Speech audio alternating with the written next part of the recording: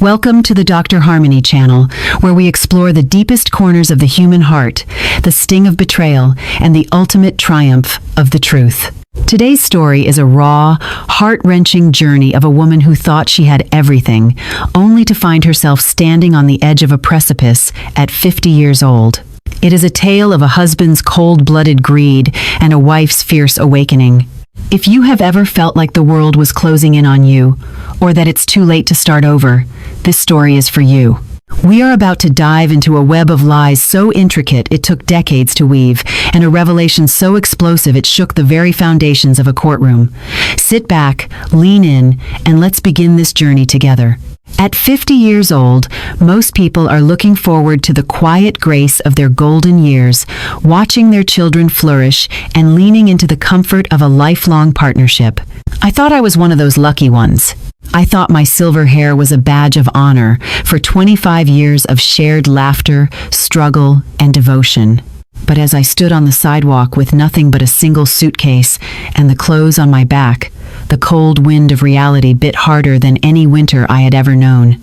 My husband, the man I had breathed for, had not just broken my heart, he had executed a surgical strike on my entire existence. He didn't just want a divorce, he wanted to erase me. He wanted me gone, penniless, and branded with the scarlet letter of a cheater so that he could walk away with the empire we built together, hand in hand with the woman who had been hiding in the shadows of our marriage for years. The accusation came like a lightning bolt on a clear day. We were sitting in the living room, the room I had decorated with hand-picked curtains and photos of our two children, when Marcus dropped a folder on the coffee table. His face wasn't filled with the pain of a man who had been wronged. It was set in a mask of cold, righteous indignation. He looked at me with a disgust so visceral I felt my stomach turn. He claimed he had proof. Photos of me meeting my college sweetheart, Elias, at a secluded cafe.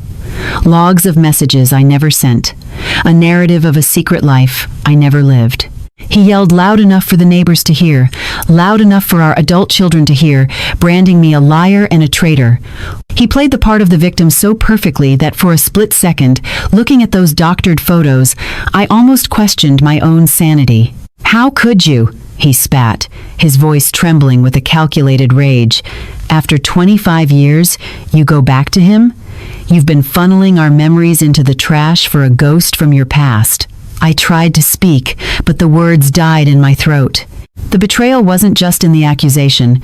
It was in the realization that he had been watching me, tracking me, and twisting my innocent attempts to help an old friend in mourning into a sordid affair. Elias had lost his wife. I had met him once to offer condolences and help him find a grief counselor. That was the affair. But Marcus had a different script. He had a plan to ensure that the morality clause in our prenuptial agreement, a document I had signed decades ago in the haze of young love, would strip me of every cent of our real estate holdings and the family business. That night, he changed the locks. He had already filed a restraining order based on harassment claims he'd fabricated over the previous months.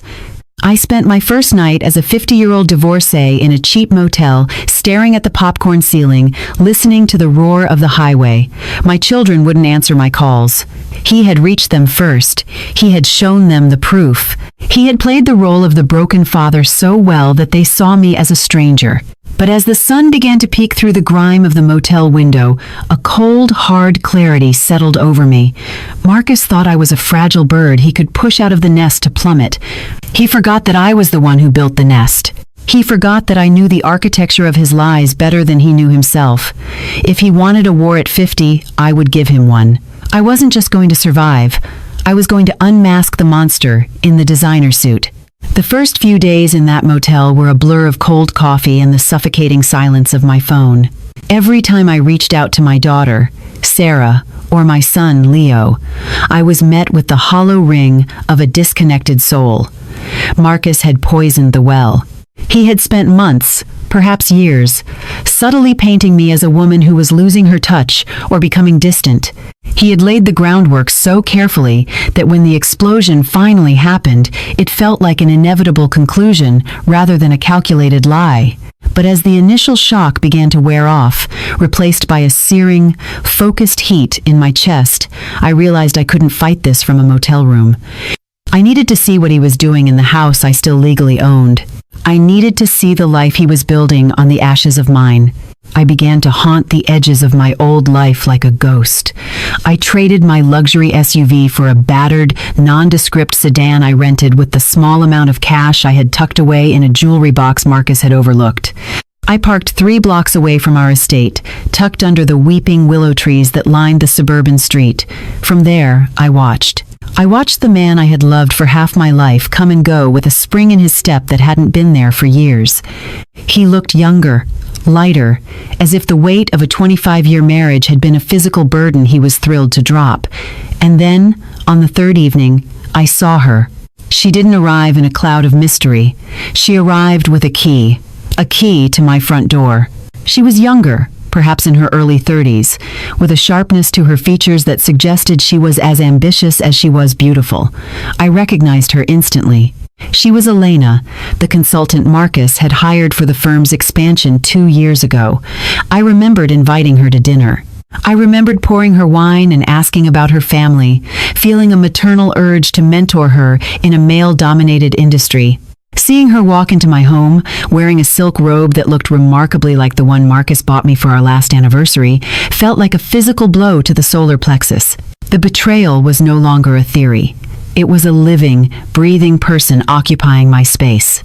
I sat in the dark of the car, my knuckles white on the steering wheel. It wasn't just an affair of the heart. It was a hostile takeover. I began to piece together the fragments of the last 6 months. The late-night board meetings, the sudden audit of our personal accounts that Marcus insisted on handling alone to save me the stress, and the way he had encouraged me to reconnect with Elias when he heard Elias's wife had passed away. It was a setup from the very beginning. Marcus hadn't just found someone new. He had choreographed a play where I was the villain, he was the victim, and Elena was the prize. They weren't just waiting for the divorce, they were already celebrating the win. But Marcus had made one fatal mistake. He assumed that because I was a homemaker for the last decade, I had forgotten how I helped him build that company from a garage startup into a multi-million-dollar enterprise. He thought I was just the woman who organized the galas and picked out the marble countertops. He forgot that I was the one who wrote the original operating agreements. He forgot that I had a photographic memory for numbers and a deep-seated intuition for when a ledger didn't balance. I realized then that if he was using infidelity to trigger the morality clause, I had to find the financial trail that proved his own infidelity and, more importantly, his fraud. I spent the next week operating out of a public library, using their computers to avoid any digital footprint Marcus might be tracking. I started digging into the public records of our company's recent filings. I looked for Elena's name, but she was clever she wasn't on the payroll. Instead, I found a series of payments to a shell corporation called Azure Management. The address for Azure was a P.O. box in a town 3 hours away. My heart hammered against my ribs as I pulled the threads. Marcus was siphoning money, our money, into this shell company to create a nest egg that the divorce courts wouldn't be able to touch. He wasn't just trying to leave me, he was trying to bankrupt me while making it look like I was the one who had checked out of the marriage. As I sat in that library, surrounded by the quiet hum of strangers, I felt a shift in my soul. The woman who cried in the motel room was dead. In her place was a strategist who had nothing left to lose. I knew that if I went to the police or a lawyer now, Marcus would use his influence and his proof of my affair to bury me. I needed more than just a suspicion. I needed the smoking gun.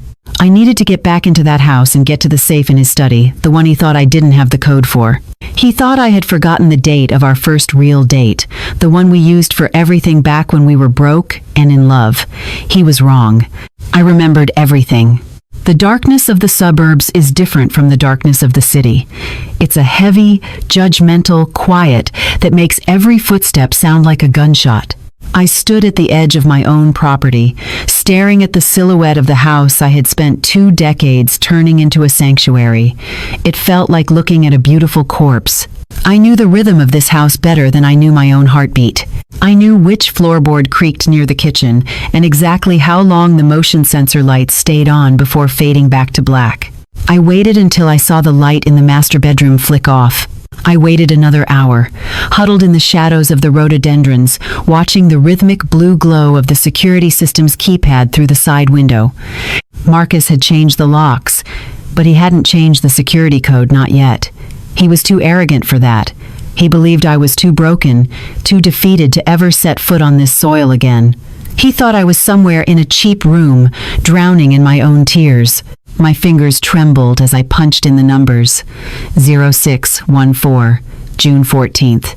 The day we bought our first tiny apartment, with money borrowed from my parents. The light turned green. The soft click of the electronic bolt echoed in the silent night. I slipped inside, the familiar scent of expensive candles and floor wax hitting me like a wave of nostalgia that threatened to pull me under. I had to stay focused. I wasn't a wife tonight. I was a ghost reclaiming what was stolen. I moved through the kitchen, avoiding the island where I used to bake cookies with Sarah and Leo. I headed straight for the den. This was Marcus's inner sanctum, a room filled with leather-bound books he never read and trophies from golf tournaments he'd cheated to win. Behind a framed map of the city sat the wall safe. My breath hitched. This was the gamble. If he had changed this code, I was done. I tried the same sequence. 0614. The heavy door swung open with a groan. Inside wasn't just money. It was a treasure trove of betrayal. I found a second passport for Marcus, a folder labeled Azure, and a stack of photos. But they weren't photos of me. They were photos of him and Elena vacations they had taken while I was home caring for his sick mother. There were jewelry receipts dating back 3 years. He hadn't just been straying. He had been living a double life for a significant portion of our marriage. But the real prize was a small, encrypted USB drive taped to the bottom of the safe. Just as my fingers closed around it, I heard it. The heavy, unmistakable sound of footsteps on the stairs. Did you hear something? It was Elena's voice, muffled but clear, echoing down the hallway. "It's just the house settling, babe," Marcus replied, his voice thick with sleep. "Go back to bed." No, I heard a click, like the back door. My heart hammered against my ribs so hard I thought it would crack. I couldn't go out the way I came in. I shoved the USB and the Azure documents into my jacket, gently pushed the safe door shut, and slid behind the heavy floor-to-ceiling velvet curtains just as the den door creaked open. The light flicked on. The brightness bled through the fabric of the curtains, making me feel exposed, naked. Through the tiny gap in the velvet, I saw them. Marcus was wearing his favorite silk robe, the one I'd bought him for Christmas, and Elena was wrapped in a blanket. They looked so comfortable, so settled in the wreckage of my life. "See? Nothing," Marcus said, walking toward the desk. He stood just inches from where I was hiding. I could smell his cologne, that woody scent I used to find so comforting. Now, it made me want to gag. He leaned against the desk, right next to the safe. "You're just jumpy because of the court date tomorrow. Don't worry. The lawyer says the affair evidence is airtight. She'll be lucky if she walks away with her car." Elena giggled, a sharp, metallic sound that set my teeth on edge. "I just want this over with, Marcus. I want to start redecorating. This place is so middle-aged." "It'll be yours soon enough," he whispered, kissing her forehead. I stood perfectly still, holding my breath until my lungs burned. I watched them walk out, watched the light flick off, and listened as their footsteps retreated back upstairs. I waited for what felt like an eternity before I slipped out from behind the curtain, my heart still racing. I didn't leave through the back door. I went out through the basement, slipping through a window I knew didn't trigger the alarm. As I walked back to my car, clutching the USB drive to my chest, the fear evaporated. It was replaced by a cold, surgical precision. Marcus wanted to talk about a morality clause. He wanted to talk about betrayal. I now held the digital footprints of his entire fraudulent empire. He had spent months trying to frame me for a ghost of a romance, while he was busy building a monument to greed with a woman who wanted my life. Tomorrow was the preliminary hearing. He expected me to show up broken, begging for a settlement, perhaps too ashamed to even look him in the eye. He had no idea that the woman he kicked out of the house was gone. The woman coming to court tomorrow was the one who had built the business he was so desperate to steal. And I was coming for everything. I didn't go back to the motel. I couldn't. The adrenaline was a jagged current in my veins, keeping me hyper alert. Instead, I drove to a 24-hour diner on the outskirts of town, the kind of place where the fluorescent lights hum with a depressing buzz and the coffee tastes like burnt earth. I sat in a corner booth, the USB drive heavy in my pocket, and pulled out my laptop. I am not a hacker, but I am a woman who spent 15 years managing the back end of a logistics company.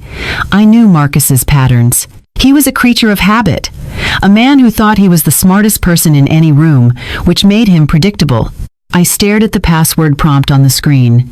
He used the same logic for everything: dates, places, or names that fed his ego. I tried his birthday. No. I tried Elena's birthday, which I had memorized from her HR file months ago. No. Then, I thought about the one thing Marcus loved more than himself, his first boat, the Sea Queen. I typed it in. The folder bloomed open like a poisonous flower. It was all there. It wasn't just a few $1,000s. It was a systematic hemorrhaging of our family assets. There were spreadsheets detailing consulting fees paid to Azure Management that spanned back 3 years. There were wire transfers to offshore accounts in the Cayman Islands. But the most devastating find was a subfolder titled Project Phoenix. I clicked it, my breath hitching. Inside were scanned copies of my signature, or what looked like my signature. He had been practicing. There were dozens of digital files where he had traced my handwriting to sign off on loans, to transfer property titles, and most sickeningly, to waive my rights to the children's college funds. He hadn't just cheated. He had committed identity theft on a grand scale. He had been planning my obsolescence for a long time. The affair with Elias wasn't just a way to get a divorce. It was the final nail in a coffin he'd been building for years. I felt a wave of nausea. This was the man I had slept next to, the man I had comforted during his father's funeral, the man I had supported when his first 3 business ventures failed. He had looked me in the eye every morning while he was systematically erasing my existence. "Is everything okay, ma'am?" the waitress asked, hovering with a pot of lukewarm coffee. I looked up at her, and for the first time in weeks, I didn't feel like crying. I felt like a predator. "Everything is finally becoming very clear," I said, my voice steady. By 8 a.m., I was standing outside the glass and steel monolith that housed the offices of Evelyn Vance. Evelyn was known as the Great White of divorce attorneys. She didn't take cases. She took scalps. Most women in my position were afraid of her because she was expensive and ruthless. But I didn't need a shoulder to cry on. I needed a sword. When I was finally ushered into her office, she didn't offer me tea or sympathy. She looked at my disheveled hair and the dark circles under my eyes and checked her watch. "You have 10 minutes to convince me your case is worth my time, Mrs. Sterling," she said, her voice like cracking ice. I didn't say a word. I simply opened my laptop and turned it toward her. I showed her the Project Phoenix folder. I showed her the forged signatures and the wire transfers to Azure Management. I showed her the photos of Marcus and Elena in the Maldives during the week he told me he was at a supply chain conference in Chicago. Evelyn leaned back, her sharp eyes scanning the data with the precision of a computer. A slow, predatory smile spread across her face. "Your husband is very thorough," she remarked. "But he's also incredibly stupid. He left the digital trail on a drive he kept in a home you still have legal access to. He thought I was too broken to fight," I said. "Well," Evelyn said, closing the laptop with a definitive thud. "He's about to find out that a woman with nothing left to lose is the most dangerous opponent in the world. But we aren't going to show our hand yet. Not today. Today is the preliminary hearing for the restraining order and temporary support. He expects you to show up with a public defender or a low-rent lawyer begging for a pittance." "What do we do?" I asked. "We go to court," Evelyn replied, standing up and smoothing her Dior suit. "We let him play the grieving, betrayed husband. We let him lie under oath. We let him dig the hole so deep he can't see the sky. And then, when the time is right, we bury him in it. As we walked toward the courthouse, I saw Marcus. He was standing on the steps, surrounded by his legal team, looking every bit the successful, wronged patriarch. He saw me, and for a second, a flicker of something. Was it guilt? No, it was pity crossed his face. He shook his head slowly, as if to say, "Look how far you've fallen." He had no idea. He was looking at a woman he thought he knew. He didn't realize that the woman standing before him was the one who was about to dismantle his life, brick by brick. The courtroom was cold, a sterile box of polished wood and hushed whispers that smelled of old paper and anxiety. I sat at the petitioner's table, my back straight, feeling Evelyn's presence beside me like a cooling shadow. Across the aisle, Marcus sat with his lead attorney, a man named Henderson, who was known for his theatrics. But it wasn't Marcus I was looking at. In the second row sat Sarah and Leo. My heart felt like it was being squeezed by a vice. My daughter wouldn't look at me. She stared at her lap, her knuckles white. My son, usually so full of light, looked at me with a mixture of confusion and a betrayal so deep it made me want to scream. Marcus had done his job well. He had spent the last 48 hours reinforcing the lie, playing the part of the stoic father trying to protect his children from their unstable mother. "All rise," the bailiff intoned. Judge Miller took the bench, a woman known for her no-nonsense attitude and her intolerance for domestic drama. Henderson stood first. He didn't just speak, he performed. "Your Honor, we are here today because a 25-year marriage has been decimated by the petitioner's infidelity. My client, Mr. Sterling, has provided documented evidence of Mrs. Sterling's clandestine meetings with a former flame, but it goes beyond a broken heart. We are requesting an immediate freeze on all joint assets and a permanent restraining order. My client fears that Mrs. Sterling's current state of mind, driven by guilt and perhaps a desire to hide her tracks, poses a threat to the stability of the family estate." He held up the photos, the ones Marcus had doctored, the ones showing me at the cafe with Elias. Marcus leaned forward, wiping a fake tear from the corner of his eye. It was a masterclass in manipulation. He looked at the children, a silent plea for sympathy, and I saw Leo reach out to touch his father's shoulder. It nearly broke me. "Mrs. Vance?" the judge asked, turning to our table. Evelyn stood up slowly. She didn't have a stack of photos. She didn't have a rehearsed speech about heartbreak. "Your Honor, we do not contest the fact that Mrs. Sterling met with the individual in these photos. However, we find the characterization of these meetings as romantic to be not only offensive, but a deliberate fabrication intended to trigger a specific clause in their prenuptial agreement." Marcus scoffed, loud enough for the first 3 rows to hear. Henderson smirked. "A fabrication? We have the logs, Your Honor." "We will address the logs in due time," Evelyn said, her voice dropping an octave, becoming dangerously smooth. "But for today's hearing regarding temporary support and asset control, we would like to present a preliminary finding.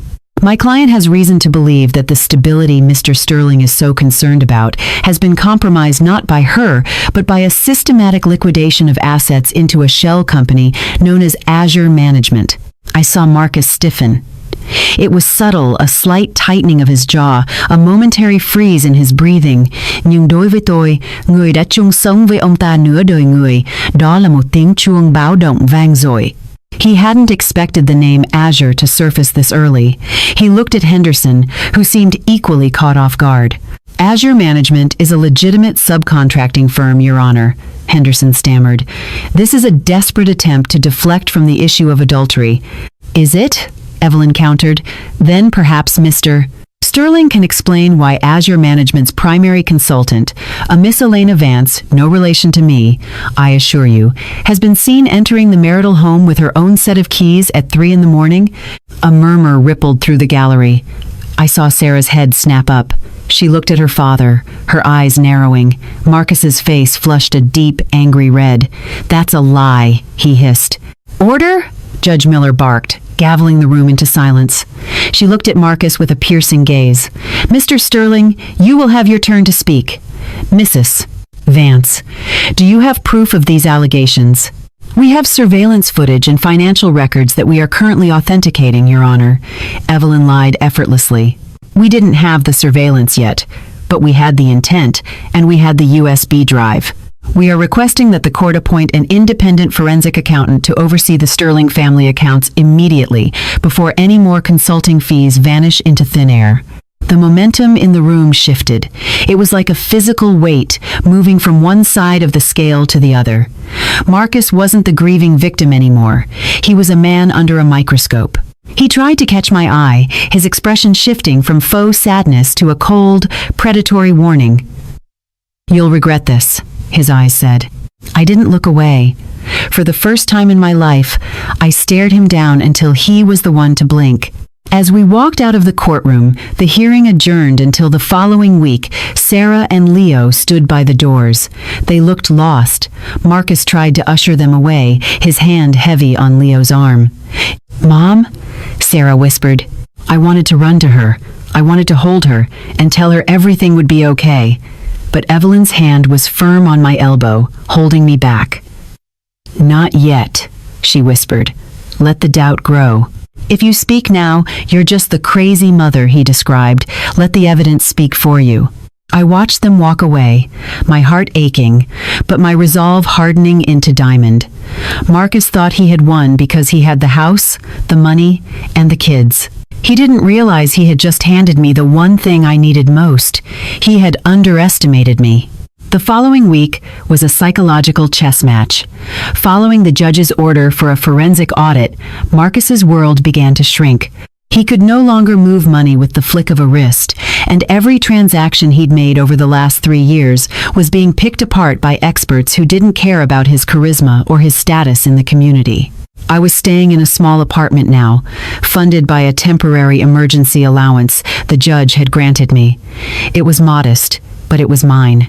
One evening, as the sun dipped below the horizon, there was a sharp, aggressive knock at my door. I didn't need to look through the peephole to know who it was. The air itself seemed to vibrate with his arrogance. I opened the door, keeping the security chain engaged. Marcus stood there, his expensive tie loosened, his face a mask of controlled fury. He didn't look like the wronged husband from the courtroom. He looked like a man who was watching his empire crumble. "Stop this, Clara," he said, his voice a low, dangerous rumble. "You're making a fool of yourself. You think this forensic audit is going to find anything? I've spent years building that company. I know where every cent is buried. All you're doing is burning the inheritance of our children. If the money is buried, Marcus, that's exactly the problem," I replied, my voice steadier than I felt. "And don't talk to me about the children. You used them as pawns. You lied to them about their own mother." He laughed, a dry, humorless sound. "I told them the truth. You did meet Elias. You did hide it. I just framed it in a way that helped them see reality. If you drop this audit and sign the original divorce papers, I'll let you see them. I'll tell them I forgave you. You can have your reputation back. Otherwise, I will spend every last dime making sure you end up in a state-run nursing home with nothing but the clothes on your back." It was a classic Marcus move, the mercy offer wrapped in a threat. For 25 years, I would have folded. I would have prioritized the children's peace over my own justice. But the USB drive sitting in my safe deposit box told a different story. "The audit stays," I said, looking him dead in the eye. "And Marcus, I know about Project Phoenix. I know about the forged signatures. If I were you, I'd stop worrying about the divorce and start worrying about the district attorney." The color drained from his face. For a split second, the mask slipped, and I saw the raw, naked fear of a man who realized he wasn't the only one who knew the rules of the game. He didn't say another word. He turned and walked away, his footsteps heavy on the hallway carpet. The next morning, Evelyn called me. Her voice was uncharacteristically excited. "Clara, the audit found the bridge. He wasn't just siphoning money to Azure. He was using Azure to buy properties in Elena's name. They found 3 condos and a beach house in Florida, all purchased with funds diverted from your joint retirement accounts. This isn't just a divorce anymore. This is racketeering. But then," she paused, "there's one problem. He's trying to move the children." He's filed for an emergency hearing to take them out of the state, claiming you're mentally unstable and that the stress of the litigation is traumatizing them. He's trying to isolate them before they find out the truth. My heart hammered. He was going to take Sarah and Leo. He was going to kidnap them under the guise of protection. I knew I couldn't wait for the next court date. I had to show the children who their father really was before he could whisk them away into a life built on lies. I took a risk. I knew Leo had a football practice that afternoon. I drove to the park, staying in the shadows of the bleachers. When practice ended, I watched Marcus pull up in his sleek black car. He looked impatient, checking his watch. As Leo walked toward the car, I stepped out. "Leo!" I called out. My son froze. He looked at Marcus, then at me. The conflict on his face was agonizing. Marcus stepped out of the car, his face darkening. "Get in the car, Leo. Now." "I just want 5 minutes," I pleaded, walking toward them. "Leo, I have something you need to see. Not words. Proof." "She's crazy, Leo!" Marcus shouted. "She's off her meds. Get in the car." But Leo was 19. He wasn't a child anymore. He saw the desperation in my eyes and the sheer, boiling rage in his father's. For the first time, he saw the crack in the facade. He walked toward me, ignoring Marcus's commands. "What is it, Mom?" he asked, his voice cracking. I handed him a manila envelope. Inside were the photos of Marcus and Elena in the Maldives, the ones with the timestamps that overlapped with the week Marcus told the kids he was working 20-hour days to save the company. I also included a copy of the forged signature on Leo's own college fund withdrawal. "Look at the dates, Leo," I whispered. "Look at the signatures." As my son flipped through the pages, the silence in the park became deafening. Marcus stood by the car, paralyzed, watching his son's face transform from confusion to horror, and finally, to a cold, hard realization. Leo looked up at his father, the envelope trembling in his hand. "You told me Mom was the one who destroyed this family," he said, his voice barely a whisper. "Leo, she's manipulating you," Marcus started, stepping forward. "The dates don't lie, Dad," Leo snapped, stepping back. "You were with her. While Mom was taking Grandma to chemo, you were with her." Leo turned back to me, and for the first time in weeks, he saw me. Really saw me. He didn't say anything, but he reached out and took my hand. It was the first victory, and it tasted like salt and hope. But the war wasn't over. Marcus was cornered, and a cornered man like Marcus was capable of anything. The park was quiet, but the air between us felt like a gathering storm. Marcus stood by his car, his expensive leather shoes kicking at the gravel, his face a distorted mask of the man I once loved. He saw his grip on Leo slipping, and for a man like Marcus, losing control was worse than losing money. He didn't try to apologize. He didn't try to explain. He simply pointed a finger at me, a gesture full of venom. "You think this changes anything?" he hissed, his voice low so the other parents wouldn't hear. "You've turned my own son against me with a handful of stolen papers. But you have no idea what I've set in motion, Clara. You're playing checkers while I'm playing the long game. Enjoy your little moment. It's the last one you'll get." He got into his car and roared away, leaving a cloud of dust and a shattered silence. Leo stood there, staring at the envelope in his hand as if it were a poisonous snake. He didn't look at me for a long time. When he finally did, his eyes were red-rimmed. "He made us hate you, Mom," he whispered. "He sat us down and cried. He actually cried." "I know, Leo," I said, pulling him into a hug. He felt so young in that moment, despite his height. He's a very good actor, but the performance is coming to an end.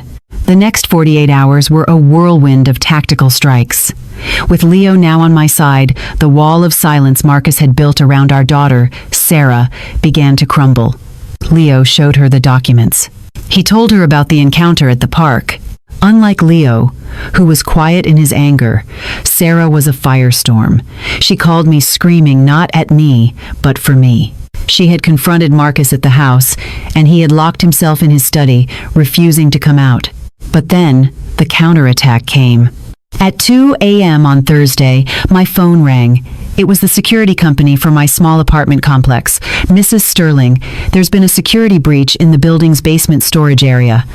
We noticed a fire in the locker section. My heart stopped. My storage locker. That's where I had kept the physical backups of the Project Phoenix files and the old ledgers I had managed to sneak out of the house. I had thought it was safer there than in my apartment. I rushed down to the basement, the smell of acrid smoke filling the hallways. Firefighters were already there, pulling charred remains of boxes into the alleyway. My locker was a blackened husk. Everything was gone. The paper trail, the old journals, the hard evidence I needed to supplement the USB drive, all of it was ash. I stood in the damp, cold basement, feeling the weight of Marcus's threat from the park. I've set things in motion. He had sent someone to erase the truth. I leaned against the brick wall, my legs shaking. He was trying to incinerate my life again. But as I watched the water from the fire hoses soak into the soot, a realization dawned on me. Marcus thought like a man of his generation. He thought if you burned the paper, you burned the problem. He didn't realize that Evelyn Vance had already uploaded every single scan of those documents to a secure, encrypted cloud server the moment I stepped into her office. He had just committed arson and destruction of evidence for absolutely nothing. I called Evelyn immediately. He did it. He burned the storage unit. Good, she said, her voice sounding remarkably awake for 3 a.m. Did you call the police? They're here now. Tell them everything, Evelyn commanded. Tell them you suspect your husband. We don't need the papers anymore, Clara. We need the police report. We need a record of his desperation. Arson is a felony. He's no longer just a cheating husband. He's a criminal in the eyes of the law. This was the final mistake we needed him to make. The next day, the atmosphere in the city felt different. The Sterling divorce had become a whisper in the high society circles we used to frequent. Marcus was losing his allies. People who had once taken his side were now hearing rumors of the fire and the consultant living in my house. But the biggest blow was yet to come. Elena, the woman who thought she was moving into a palace, was starting to realize she was actually moving into a crime scene. She was a woman of ambition, and ambition rarely stays loyal to a sinking ship. I received an anonymous email that afternoon. It contained a single GPS coordinate and a time. No text, no signature. I showed it to Evelyn. "It's a trap," I said. "Or it's an exit strategy," Evelyn replied. "Elena knows the forensic audit is going to link her to the money laundering. She's looking for a deal. She wants to trade Marcus for her own freedom." I went to the meeting place, a quiet pier at the edge of the lake. Elena was waiting there, looking haggard, her designer sunglasses hiding her eyes. She didn't look like the triumphant mistress anymore. She looked terrified. "He's losing his mind, Clara," she said, her voice trembling. "He's talking about clearing the slate. He's got a bag packed. He's planning to leave the country before the final hearing on Monday. He's going to take whatever cash is left in the Azure accounts and disappear." "And you?" I asked. "He's leaving me behind," she spat, her bitterness sharp enough to cut. "He told me I was expendable. I have the offshore account numbers. I have the passwords he didn't give the auditors. I'll give them to you. But you have to make sure the DA knows I was coerced. You have to tell them I was just a contractor." I looked at the woman who had helped my husband try to destroy me. I felt no pity, but I felt a grim satisfaction. "Give me the passwords, Elena, and I'll see what I can do." She handed me a slip of paper. As she walked away, I realized the circle was finally closing. The trial was in 48 hours. Marcus thought he was going to flee. He didn't know that the exit he had planned was actually the entrance to a prison cell. The day of the final hearing arrived with a sky the color of slate. I stood before the courthouse mirrors, adjusting my suit. I didn't recognize the woman looking back at me. She wasn't the broken housewife who had been shoved into a motel room. She was a woman forged in the fires of betrayal. My children stood on either side of me in the hallway. Sarah, her eyes burning with a fierce protectiveness, and Leo, steady as a rock. We were a front Marcus never expected to face. Inside the courtroom, the air was thick. Marcus was there, looking frazzled despite his expensive tailoring. His eyes were darting toward the door, likely wondering why Elena hadn't arrived to sit by his side as his star witness of my instability. He didn't know she was currently in a windowless room across town, giving a sworn deposition to the district attorney. Judge Miller took the bench, her expression grimmer than usual. We are here for the final determination of asset distribution and the petition for a permanent restraining order. Mr. Henderson, you have the floor." Marcus's lawyer stood up, but the bravado was gone. He looked like a man trying to patch a sinking ship with Scotch tape.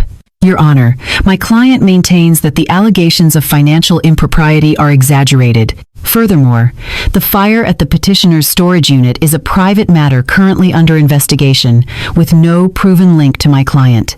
"Enough," Judge Miller interrupted. "Mrs. Vance, I believe you have supplemental evidence that was filed late yesterday?" Evelyn rose with the grace of a predator.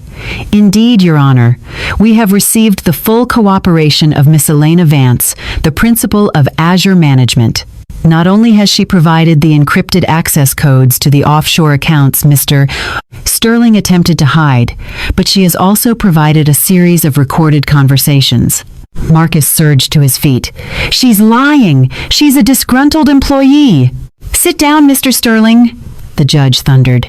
Evelyn hit play on a small speaker. The courtroom filled with Marcus's voice, not the polished, charming voice the world knew, but a cold, mocking snarl.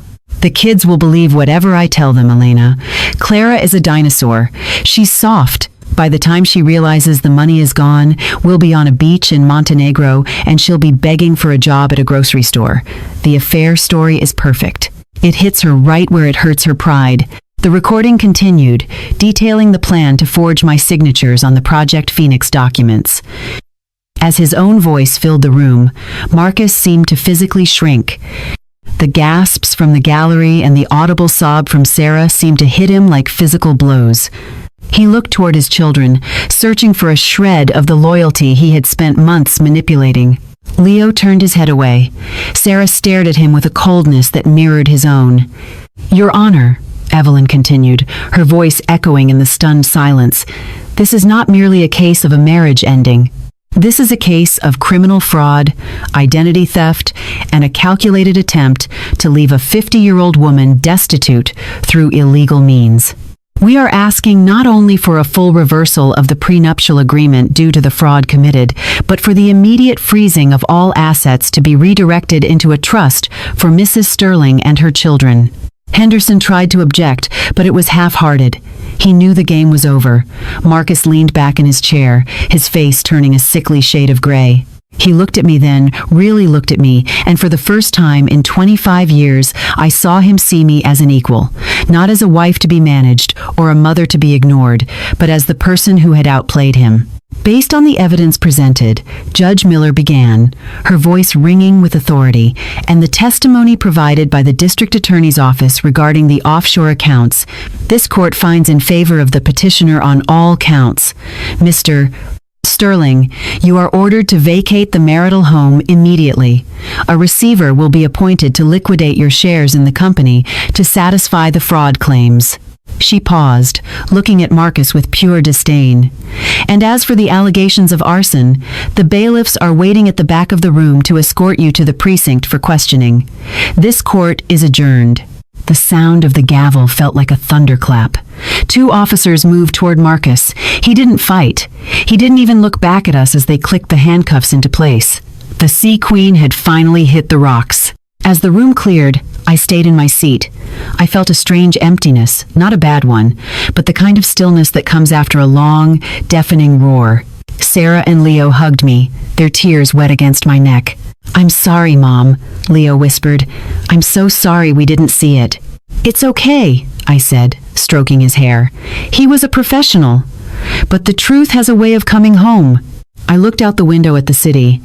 At 50, I was starting over. I had the house, I had the assets, and most importantly, I had my children back. But more than that, I had my name back. I wasn't the cheating wife or the unstable woman. I was Clara Sterling, and my life was just beginning. The silence of the house was the first thing I noticed. For 25 years, this building had been filled with the noise of a growing family, the echoes of dinner parties, and lately, the suffocating tension of Marcus's lies. Now, as I turned the key, the new key, to the new locks, the silence felt like a clean slate. I stood in the foyer, my children behind me, and took a deep breath. The air still smelled faintly of Elena's perfume, a sharp, floral scent that felt like a lingering bruise. "We're here, Mom," Sarah said, her hand on my shoulder. "What do we do first?" "First," I said, my voice stronger than it had been in months, "we get the trash bags." We moved through the house with a singular, clinical purpose.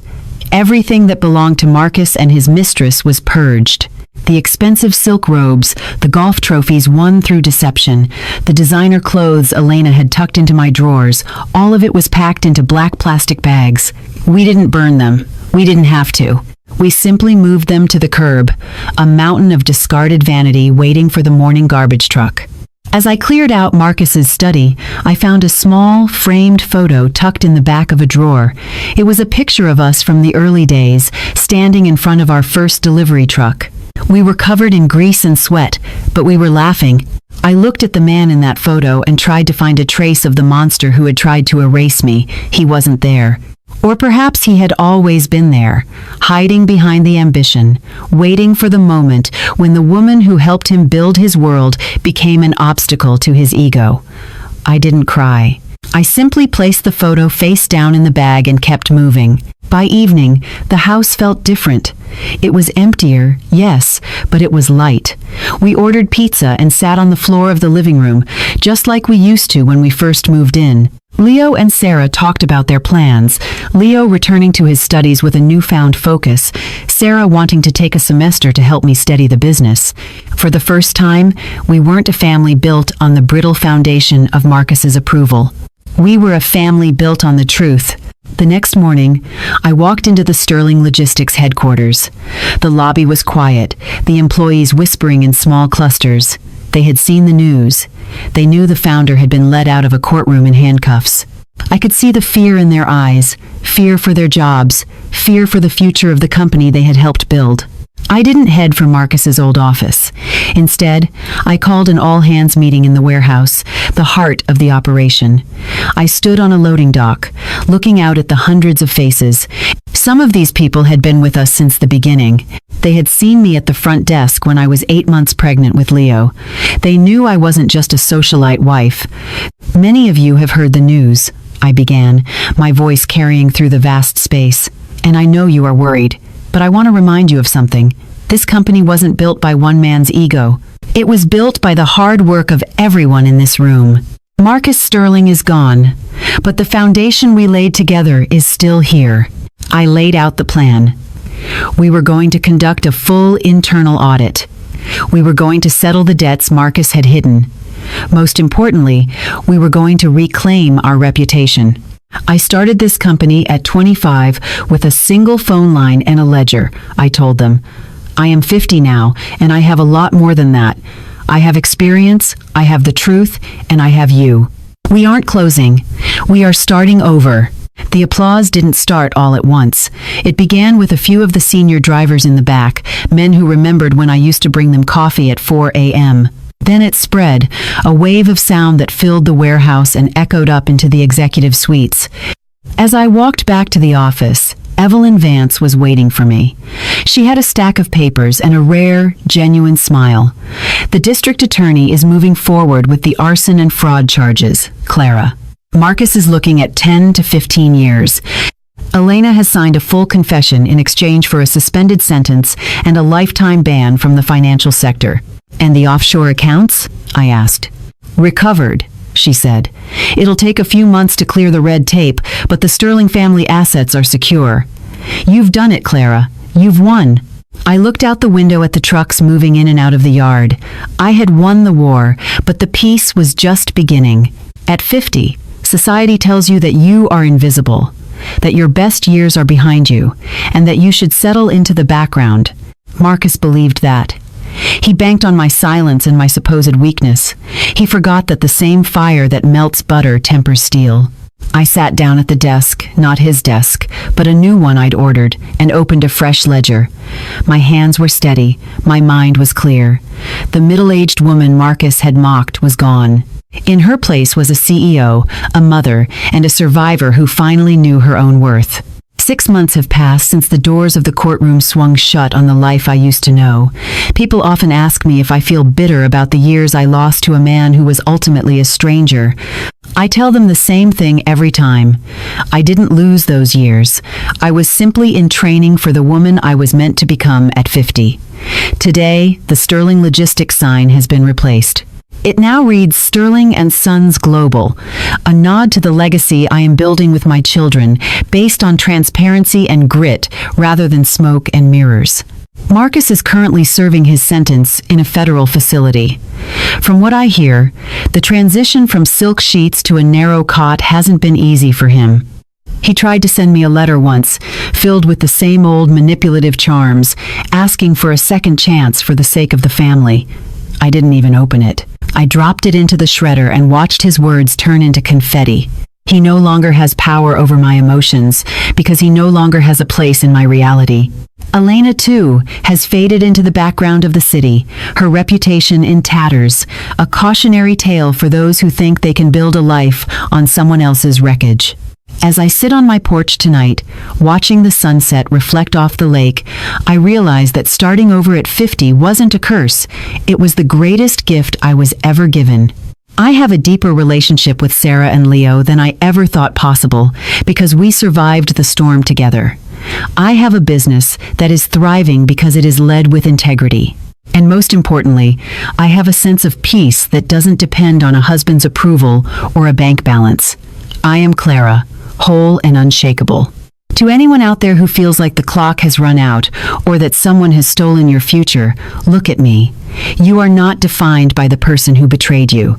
You are defined by the strength it takes to stand back up, brush off the ash, and build something even more beautiful from the remains. It is never too late to reclaim your name. It is never too late to tell your truth. My life didn't end at 50. It finally, truly began. Thank you for joining us for this journey on the Dr. Harmony channel. If this story of betrayal and triumph moved you, please consider subscribing to our community.